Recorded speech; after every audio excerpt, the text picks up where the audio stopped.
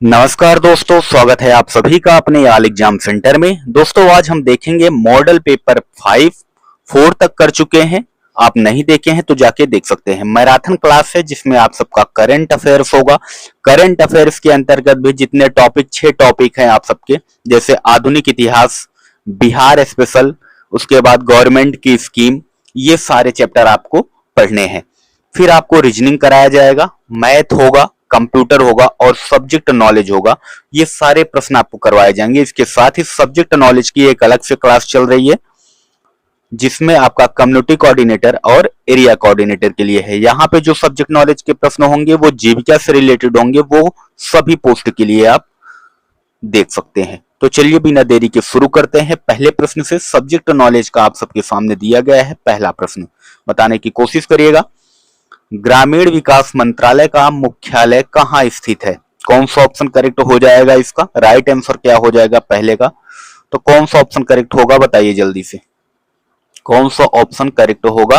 कहाँ स्थित है? नई दिल्ली आप सबका बिल्कुल करेक्ट हो जाएगा, ऑप्शन सी। आगे बढ़ते हैं इसी के साथ। बिहार जीविका सब्जेक्ट नॉलेज का अगला प्रश्न है, जीविका का संचालन किसके अंतर्गत होता है? बताइए, जीविका का संचालन किसके अंतर्गत होता है? ग्रामीण विकास विभाग के, शिक्षा विभाग के, वित्त विभाग के, महिला एवं बाल विकास विभाग के? तो किसके अंतर्गत होता है जल्दी से बताइए। ग्रामीण विकास विभाग के, ऑप्शन ए इसका बिल्कुल राइट आंसर हो जाएगा। आगे बढ़ते हैं तीसरे नंबर प्रश्न की ओर। राष्ट्रीय ग्रामीण स्वास्थ्य मिशन कब शुरू किया गया? बताइए, राष्ट्रीय ग्रामीण स्वास्थ्य मिशन कब शुरू किया गया? तो ये शुरू किया गया था 2005 में। इसका राइट आंसर हो जाएगा बी। आगे बढ़ते हैं इसी के साथ। जीविका का अगला प्रश्न देखेंगे, दिया गया है, एसएचजी बैंक लिंकेज कार्यक्रम किस संस्था द्वारा संचालित है? किसके द्वारा संचालित है बताइए। तो ये नाबार्ड के द्वारा संचालित है, ऑप्शन बी इसका बिल्कुल राइट आंसर हो जाएगा। अगर नाबार्ड की स्थापना कभी कभी पूछ ले तो 1982 में इसकी क्या हुई थी? स्थापना हुई थी नाबार्ड की, याद रखना इंपॉर्टेंट है। आगे देखते हैं। जीविका का अगला प्रश्न है, जीविका की स्थापना कब हुई थी? ये प्रश्न कई बार करवा चुका हूं, तो ये आप सबके लिए होमवर्क है। कमेंट में बताना है कौन सा ऑप्शन इसका करेक्ट होगा। आगे बढ़ते हैं इसी के साथ। अब हम देखेंगे आधुनिक इतिहास, करंट अफेयर्स का ही टॉपिक है ये भी। आधुनिक इतिहास, प्राचीन और मध्यकालीन नहीं पढ़ना है, केवल आधुनिक से आप सबके प्रश्न पूछे जाएंगे। तो आधुनिक इतिहास का प्रश्न है, सती प्रथा का अंत करने और ठगी को समाप्त करने का श्रेय किसे जाता है? यानी सती प्रथा को किसने समाप्त किया था? बताइए, किसने किया था? लॉर्ड विलियम बेंटिक ने, ऑप्शन सी इसका बिल्कुल राइट आंसर हो जाएगा। आधुनिक इतिहास का दूसरा प्रश्न देखेंगे। आधुनिक इतिहास से आपके पूछे जाएंगे 3 नंबर के प्रश्न और केवल 3 प्रश्न। तो अलीगढ़ आंदोलन किसने प्रारंभ किया था? अलीगढ़ आंदोलन किसने प्रारंभ किया था बताइए। सर सैयद अहमद खान ने किया था, ऑप्शन ए इसका बिल्कुल राइट आंसर हो जाएगा। आगे बढ़ते हैं अगले प्रश्न की ओर।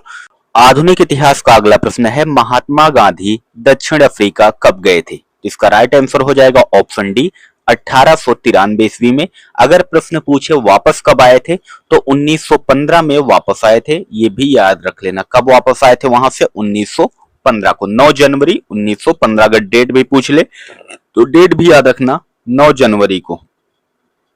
आगे बढ़ते हैं इसी के साथ अगले प्रश्न की ओर। अगला प्रश्न देखेंगे पुरस्कार और सम्मान का। ये भी आपके करंट अफेयर्स का टॉपिक है, यहां से भी पूछे जाएंगे आपके 3 नंबर के प्रश्न।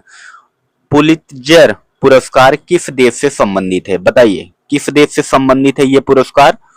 राइट आंसर क्या हो जाएगा? अमेरिका इसका बिल्कुल करेक्ट हो जाएगा। सबसे पहले आप सब बताने की कोशिश करिएगा कि आपको कितने प्रश्न पता हैं। अगला है पुरस्कार और सम्मान का, अर्जुन पुरस्कार किस क्षेत्र में दिया जाता है? राइट आंसर क्या हो जाएगा? खेल के क्षेत्र में, ऑप्शन बी इसका बिल्कुल करेक्ट हो जाएगा। आगे बढ़ते हैं अगले प्रश्न की ओर। अगला प्रश्न है पुरस्कार का, 2025 का युवा साहित्य अकादमी पुरस्कार किस भाषा से संबंधित है? बताइए, राइट आंसर क्या हो जाएगा?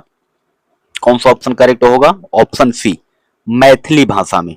आगे बढ़ते हैं। अब हम देखेंगे करंट अफेयर्स का। ये करंट अफेयर्स के प्रश्न है, यहां से भी आपके 3 नंबर के प्रश्न पूछे जाएंगे। भारत में समान नागरिक संहिता, जिसे यूसीसी बोला जाता है, को मंजूरी देने वाला पहला राज्य कौन सा बना है? बताइए राइट आंसर क्या हो जाएगा, कौन सा राज्य बना है, उत्तराखंड आप सबका बिल्कुल करेक्ट हो जाएगा, ऑप्शन सी। आगे बढ़ते हैं इसी के साथ अगले प्रश्न की ओर। अगला प्रश्न है, तेलंगाना में रायथू भरोसा योजना के तहत किसानों को प्रति एकड़ वार्षिक कितनी वित्तीय सहायता दी जाती है, बताइए कितनी सहायता दी जाती है, तो प्रतिवर्ष 12,000 रुपए दी जाती है, ऑप्शन बी इसका बिल्कुल राइट आंसर हो जाएगा। करंट अफेयर्स का तीसरा प्रश्न देखेंगे, 21 जनवरी 2025 को किन राज्यों ने अपना राज्य स्थापना दिवस मनाया, 21 जनवरी को किस राज्य ने मनाया था, बताइए, मणिपुर, मेघालय और त्रिपुरा, यानी ऑप्शन बी आप सबका बिल्कुल राइट आंसर हो जाएगा। करंट अफेयर्स का आखिरी टॉपिक देखेंगे, लास्ट वाला चौथा, क्या दिया गया है, देख सकते हो क्या पूछ रहा है, दुनिया का सबसे बड़ा डेटा सेंटर किस शहर में खुला है, दुनिया का सबसे बड़ा डेटा सेंटर किस शहर में खुला है, तो कहां पे खुला है, जामनगर में, ऑप्शन डी इसका बिल्कुल राइट हो जाएगा। अब हम देखेंगे बिहार स्पेशल के प्रश्न को। बिहार का पेपर है तो बिहार स्पेशल बहुत ही जरूरी हो जाता है, यहां से तो प्रश्न 100% आएंगे। बिहार का राजकीय वृक्ष कौन सा है, बताइए, राजकीय वृक्ष कौन सा है, बरगद, ऑप्शन बी इसका बिल्कुल करेक्ट हो जाएगा। आगे देखेंगे बिहार स्पेशल का अगला प्रश्न, बिहार के प्रथम महिला उप मुख्यमंत्री कौन थी, इसके पहले वाले सेट में हमने क्या बताया था, प्रथम महिला मंत्री कौन थी, प्रथम महिला मुख्यमंत्री कौन थी हमने प्रश्न किया था, और इसमें हम कर रहे हैं प्रथम महिला उप मुख्यमंत्री कौन थी, तो कौन थी उप मुख्यमंत्री, बताइए राइट आंसर क्या हो जाएगा इसका, रेणु देवी। और अगर मुख्यमंत्री की बात करें तो राबड़ी देवी थी, राइट, रेणु देवी इसका राइट आंसर हो जाएगा। आगे बढ़ते हैं अगले प्रश्न की ओर, सम्राट अशोक स्तंभ बिहार के किस स्थान पर स्थित है, वेरी वेरी इंपॉर्टेंट है, कहां पे स्थित है, जल्दी से बताइए, वैशाली में स्थित है, ऑप्शन ए इसका बिल्कुल राइट आंसर हो जाएगा। आगे बढ़ते हैं बिहार स्पेशल का आखिरी प्रश्न देखेंगे आज के फिट में, बिहार का सबसे बड़ा बांध कौन सा है, वेरी वेरी इंपॉर्टेंट है, सबसे बड़े बांध की बात की जाए तो सोन बांध हो जाएगा, जो कि ऑप्शन सी में दिया गया है, सी आप सबका बिल्कुल करेक्ट हो जाएगा। अब हम देखेंगे रीजनिंग के प्रश्न को। रीजनिंग के प्रश्न को पहला प्रश्न क्या दिया गया है, 2, 6, 12, 20, 30 कैसे हो रहा है, 2 में यदि मैं 4 जोड़ देता हूं तो 6 हो जाएगा, 6 में यदि मैं 6 जोड़ दूंगा तो हमारा 12 हो जाएगा, 12 में यदि मैं 8 जोड़ दूंगा तो 20 हो जाएगा, 20 में यदि मैं 10 जोड़ दूंगा तो 30 हो जाएगा। तो सीरीज क्या चल रही है, 4, 6, 8, 10, 12, यानी 30 में यदि मैं 12 जोड़ दूंगा तो हमारा 42 हो जाएगा, और ऑप्शन सी हमारा बिल्कुल करेक्ट हो जाएगा। इसी टाइप के प्रश्न आपके एग्जाम में पूछे जाएंगे जिन्हें आप बहुत ही आसानी से सॉल्व कर सकते हो।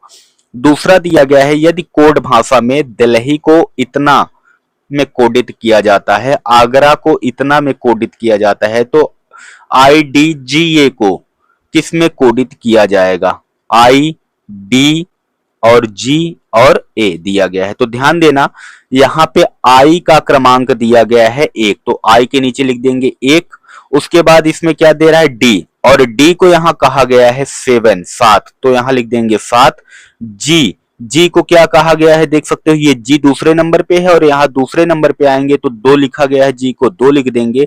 और यहाँ बात करेंगे ए की, तो ए किसमें है, इसमें है, ए को लिखा गया है 9, तो यहाँ 9 लिख देंगे, 17, 29 आप सबका बिल्कुल करेक्ट हो जाएगा, option A is the right answer. आगे बढ़ते हैं रीजनिंग का अगला प्रश्न देखेंगे, बहुत ही आसान प्रश्न है, यदि काला गोरा से संबंधित है, इसी टाइप के प्रश्न पूछे जाएंगे, तो रात किससे संबंधित होगा, रात किससे संबंधित होगा, दिन से होगा, बहुत ही आसान प्रश्न था। आगे बढ़ते हैं रीजनिंग का अगला प्रश्न देखेंगे क्या पूछ, रीजनिंग का अगला प्रश्न है दोस्तों, दिया गया है श्रृंखला को पूरा करना है ABDEHI, तो इस प्रकार के प्रश्न जब आपको मिलेंगे तो आप इन्हें कैसे सॉल्व करोगे, कुछ नहीं करना है, बहुत ही आसान है, यदि आप वीडियो देखोगे तो ए के बाद आपको आना है, डी पे आया गया है तो कितने का गैप, ए के बाद बी आता है, बी के बाद सी आता है, सी के बाद डी आता है, यानी +3, तीसरे नंबर पे हमारा डी आ जाएगा। अगर डी से हम आगे बढ़ेंगे एच पे, तो डी के बाद ई, फिर एफ, फिर जी, फिर एच, यानी चौथे नंबर पे आ रहा है, तो ध्यान देना, फिर एच के बाद यदि मैं आऊंगा किस पे, एच के बाद किस पे आऊंगा, के पे, इस पे के पे, तो एच के बाद क्या आएगा, आई, आई के बाद क्या आएगा जे, और जे के बाद के यानी +3। तो ध्यान देना एक सीरीज चल रही है 3 4 3, अब क्या आएगा हमारा फिर 4 आएगा। फिर यदि मैं के से चलाऊंगा तो हमारा क्या आ जाएगा यल यम यन ओ, चौथे पे क्या आ रहा है हमारा ओ आ रहा है। तो एक ही को आप चेक करके पता लगा सकते हो ओ न इसमें है न इसमें है न इसमें है, तो ऑप्शन सी आप सबका बिल्कुल करेक्ट हो जाएगा, दूसरा चेक करने की जरूरत नहीं पड़ेगी। दूसरा भी आप चेक करोगे तो दूसरा भी आप चेक कर सकते हो, बी के बाद ई आ रहा है, आई के बाद फिर ई से चलोगे तो आई आ रहा है, फिर आई से चलोगे तो यल आ रहा है, फिर यल से चलोगे तो पी आएगा। राइट, आगे बढ़ते हैं। इसी के साथ रीजनिंग का अगला प्रश्न देखेंगे जो कि बहुत ही इंपॉर्टेंट है।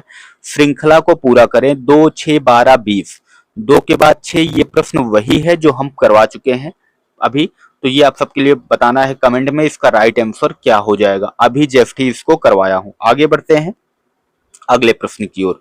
अब हम देखेंगे मैथ के प्रश्न को। मैथ का प्रश्न है यदि किसी संख्या का 40%, तो ध्यान देना एक एक प्रश्न इंपॉर्टेंट है, वीडियो शुरू से अंत तक जरूर देखना। यदि किसी संख्या का 40%, मान लो मैंने संख्या मान लिया यक्स, और यक्स का 40% कर रहा है, यक्स का 40% बराबर है 120 के, बस प्रश्न जैसा कह रहा है वैसा लिख लो।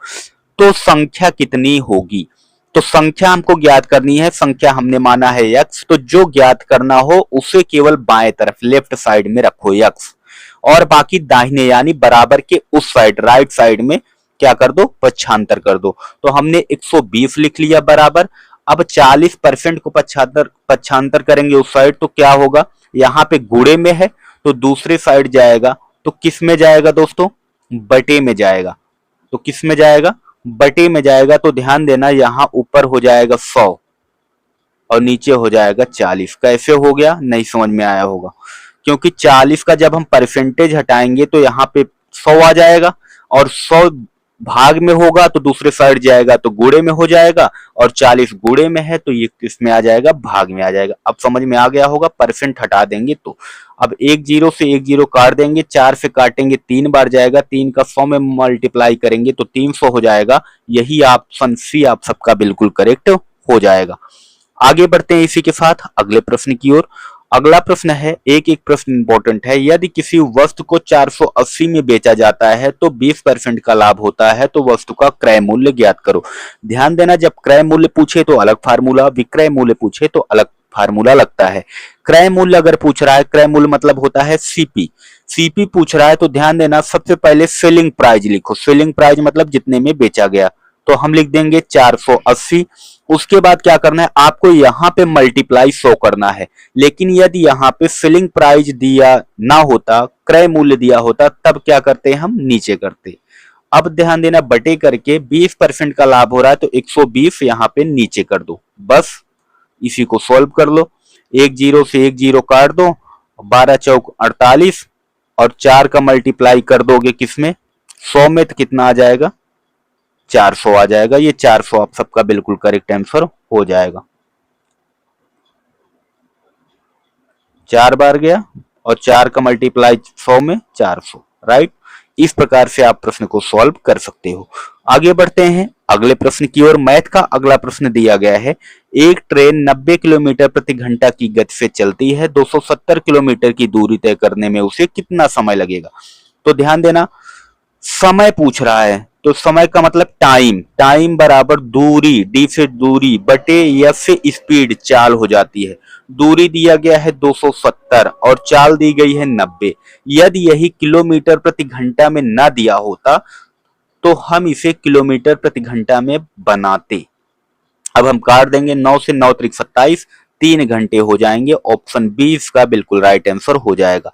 गणित का ही अगला प्रश्न देखेंगे, दिया गया है 225 रूट प्लस रूट 625। तो ध्यान देना सबसे पहले यदि मैं रूट में है क्या 225, फिर प्लस दिया गया है रूट में 625, रूट से बाहर निकालेंगे तो ये किसका वर्ग हो जाएगा 25 का वर्ग हो जाएगा, किसका सॉरी 15 का वर्ग हो जाएगा। ये किसका वर्ग है 15 का वर्ग है। 15 पर नाम में 225 प्लस का चिन्ह लगाएंगे, 625 किसका वर्ग है 25 का, 25 आ गया। 15 और 25 कितना हो जाएगा आप सबका 40 हो जाएगा। ऑप्शन ए बिल्कुल करेक्ट हो जाएगा। तो इस हिसाब से आप प्रश्न को सॉल्व कर सकते हो।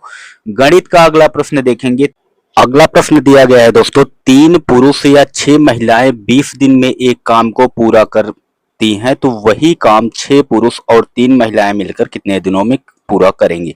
यानी 3 पुरुष या फिर 6 महिलाएं, 3 पुरुष 6 महिलाओं के बराबर है, यानी 1 पुरुष 2 महिला के बराबर है। तो ध्यान देना, हम यहाँ पे यदि महिला को लेंगे तो 6 महिला कितने दिन में, 20 दिन में कर रही है, तो बराबर वही काम 6 पुरुष कह रहा है। तो 6 पुरुष ना लेके हम अगर इसे महिला में कन्वर्ट करेंगे तो कितनी महिला होंगी, 12, और 3 महिलाएं और दी गई हैं, तो 12 3 15 गुणे यक्स, यानी जो कि दिन है उसे हमने यक्स कर दिया, जो कि हमको ज्ञात करना है। अब हम इसका मल्टीप्लाई कर देंगे, 20 छक्का 120, और यहाँ 15 को इस साइड करेंगे तो इस साइड आ जाएगा बराबर एक्स, 15 से काट देंगे, 15 8 120 होता है, तो 8 दिन आप सबका बिल्कुल करेक्ट हो जाएगा। अब हम देखेंगे दोस्तों अगला प्रश्न, जो कि किसका दिया गया है, ये मैथ का अगला प्रश्न है। नेक्स्ट प्रश्न दिया गया है, एक आयत का क्षेत्रफल 240 वर्ग सेंटीमीटर है, उसकी लंबाई 20 सेंटीमीटर है, तो चौड़ाई कितनी होगी। तो आयत का क्षेत्रफल बराबर होता है, आयत का क्षेत्रफल का सूत्र होता है L गुणे B। L का मतलब हो गया लंबाई, B का मतलब हो गया चौड़ाई, तो L हो जाएगा गुणे में B हो जाएगा। तो क्षेत्रफल आपको दिया गया है 240 और इसकी लंबाई भी दी गई है 20, और आपसे बराबर क्या पूछ रहा है, B चौड़ाई पूछ रहा है, तो काट देंगे, कितना आ जाएगा 12। ऑप्शन बी आप सबका बिल्कुल करेक्ट तो हो जाएगा, बी ऑप्शन। अब हम देखेंगे कंप्यूटर के प्रश्न को, जो कि आखिरी टॉपिक है। कंप्यूटर का प्रश्न है, प्राइमरी मेमोरी किसे कहते हैं, तो किसे कहा जाता है, ऑप्शन बी को रैम को और रोम को भी कहा जाता है। यदि ऑप्शन में रोम रहे तो उस पर भी टिक मार देना। एक्सेल में फार्मूला शुरू करने के लिए कौन सा चिन्ह प्रयोग किया जाता है, तो किससे शुरू होता है, बराबर से। कोई भी फार्मूला लगाने के पहले बराबर लगाया जाता है। अगला प्रश्न है कंप्यूटर का, HTTP का पूरा नाम क्या हो जाएगा, hyper text transfer protocol. Option A इसका बिल्कुल करेक्ट आंसर हो जाएगा, हाइपर टेक्स्ट ट्रांसफर प्रोटोकॉल। आगे बढ़ते हैं इसी के साथ। कंप्यूटर का अगला प्रश्न है, विंडोज में क्लिप बोर्ड पर कॉपी करने का शॉर्ट ट्रिक क्या है। बताइए, किसी भी चीज को कॉपी करने के लिए क्या प्रयोग किया जाता है, कंट्रोल सी। ऑप्शन सी आप सबका बिल्कुल करेक्ट हो जाएगा। और कंप्यूटर का ये आखिरी प्रश्न है, control plus alter plus delete shortcut किस कार्य के लिए प्रयोग होता है, आप सबको कमेंट में बताना है। 4 ऑप्शन है, कौन सा ऑप्शन होगा कमेंट में बताइएगा। वीडियो कैसी लगी वो भी कमेंट करना, अच्छी लगी हो तो चैनल को सब्सक्राइब करना, बेल आइकन की घंटी को दबाना, ताकि अगली वीडियो का नोटिफिकेशन आप तक आसानी से पहुंच जाए। इसके साथ ही यदि आप और किसी भी भर्ती का प्रैक्टिस सेट या प्रीवियस ईयर करना चाहते हैं तो कमेंट में बताना। जय हिंद।